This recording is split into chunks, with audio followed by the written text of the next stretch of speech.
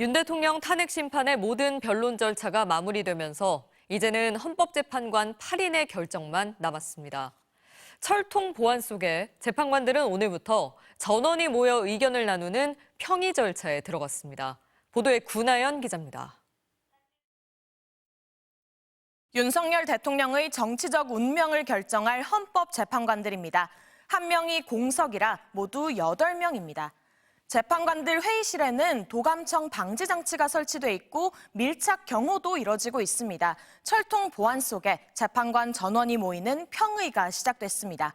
평의에서는 11차례 변론을 거친 윤 대통령 탄핵 심판의 쟁점을 살피고 쟁점을 토론합니다. 일정과 내용은 모두 비공개입니다. 사건의 중요성과 전례에 비춰보면 선고 직전까지 매일 평의가 열릴 것으로 보입니다. 다음은 파면 여부를 확정짓는 평결을 거칩니다.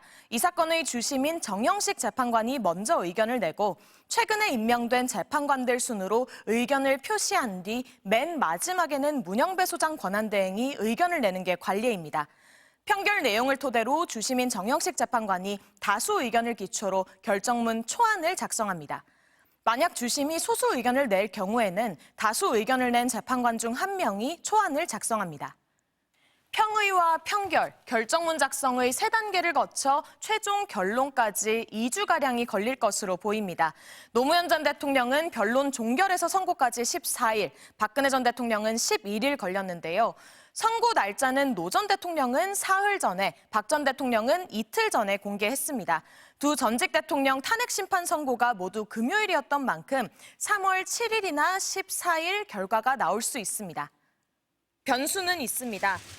마은혁 헌법재판관 후보자를 최상목 대행이 임명하지 않은 게 위헌인지 헌재가 내일 결정하는데요.